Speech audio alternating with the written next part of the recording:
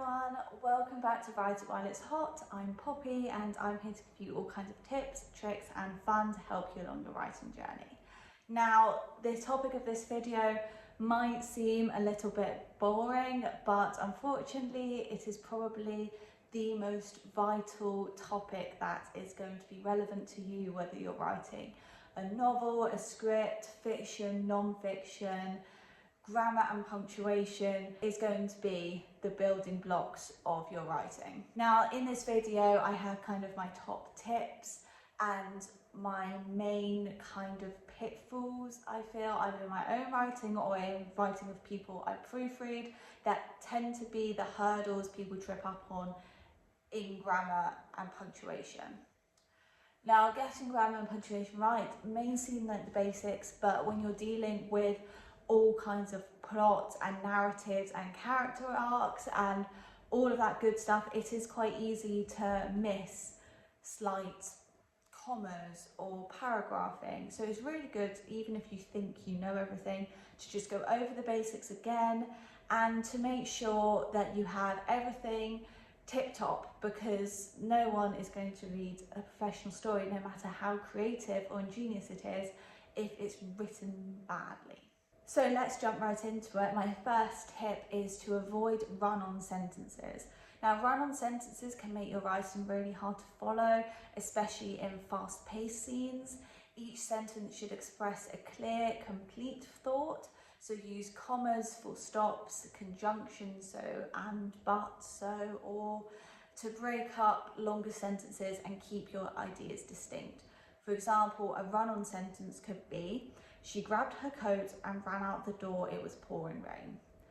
The corrected version of the sentence would be, she grabbed her coat and ran out the door, it was pouring rain. A good activity for this is to read a few paragraphs of your story and look for sentences that seem long or confusing. Break them down into smaller sentences and add conjunctions to improve clarity. Number 2 is to use active voice over passive voice. So an active voice makes sentences more direct and dynamic. In active voice, the subject performs the action. Passive voice can be useful occasionally, but it's often more indirect and can be seen as weaker, especially if you're writing a scene or a piece of dialogue. For example, the passive version of a sentence would be, the ball was thrown by John. The active version is, John threw the ball. Identify 5 passive sentences in your story and rewrite them in an active voice. Notice how the change makes each sentence feel more immediate.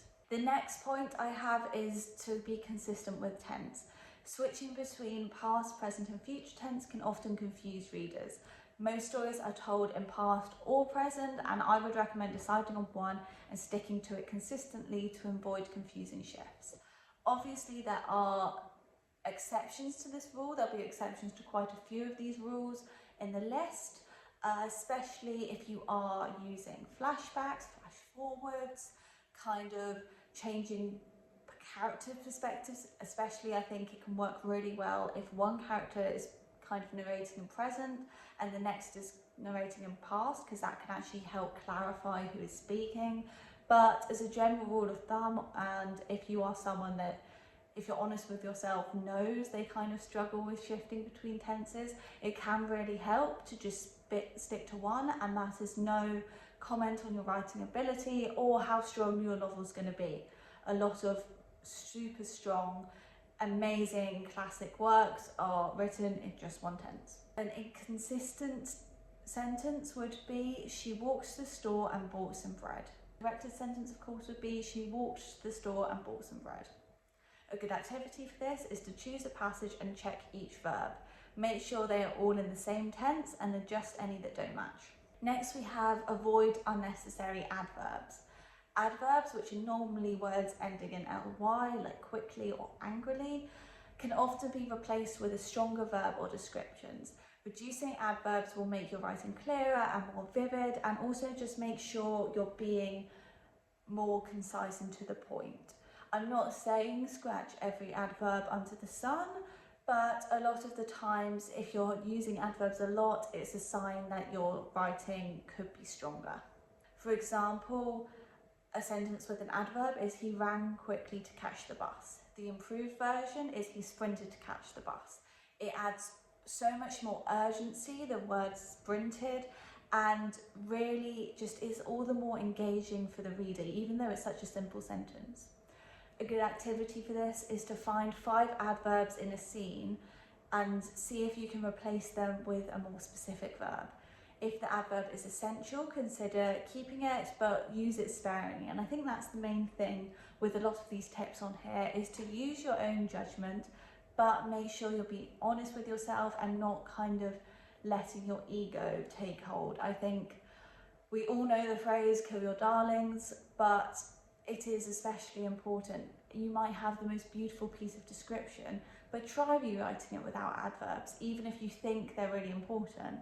And then maybe you decide to keep the adverb one, maybe you don't, but then at least you can justify to yourself that you've got the strongest piece of writing you can do. The next I have ensure subject-verb agreement.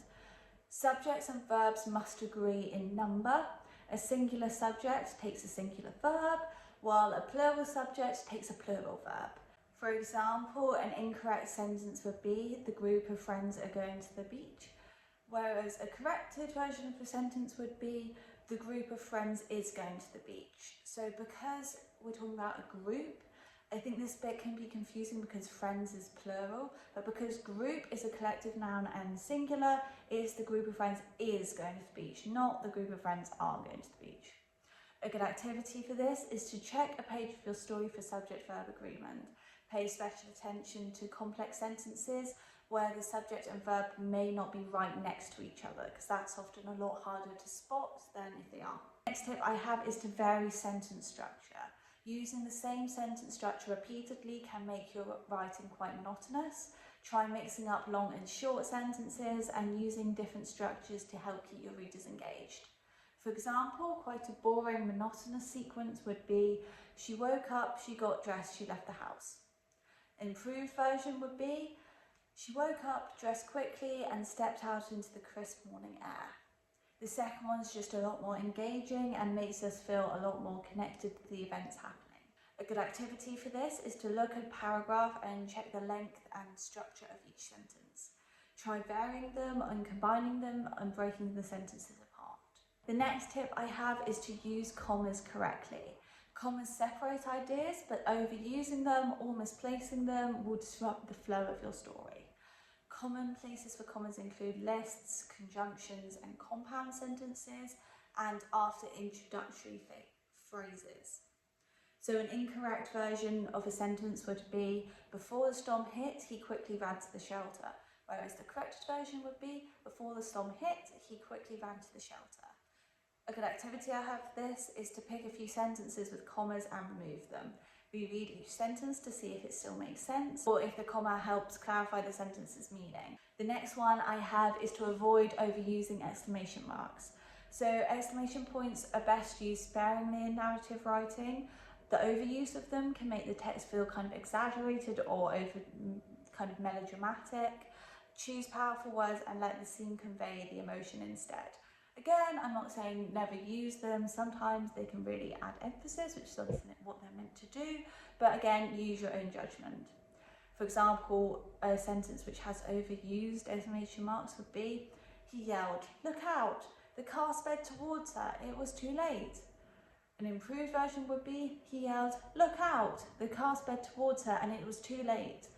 The second one feels a lot more realistic and a lot more serious than what happens in the sentence. The first one, although it's trying to convey the urgency, almost overdoes it. A good activity for this is to go through your story and limit each page to 1 exclamation point. Again, this is just an activity. I'll say it and say again, use your own judgment. And you don't have to do any of these activities if they don't speak to you, but it's something that if you struggle with this specifically, I do recommend because it can be quite helpful. And focus with this on letting your words and descriptions create excitement or urgency without leaning on the punctuation. The next tip I have is to pay attention to homophones. So homophones are words that sound the same but have different meanings and spellings, like there, and there. Misusing homophones can disrupt the reader's experience and also create a lot of confusion. For example, an incorrect use of such a word would be, she checked to see if there was anyone around, versus the corrected version, she checked to see if there was anyone around. Sounds the same, but read very differently. A good activity for this is to make a list of common homophones that you tend to mix up, and then you can do a search for these words in your draft, especially if you're writing on a laptop. You can do like a find little section and just check to ensure you're using the correct versions in the right spaces. And finally, my last tip is to limit cliches. Cliches are overused phrases that can make your writing feel less unique and uninspired. So aim for original descriptions to make your writing stand out. Think about what the cliche is trying to convey and then think of a new way to express it. For example, a cliche could be, at the end of the day, she was dead tired.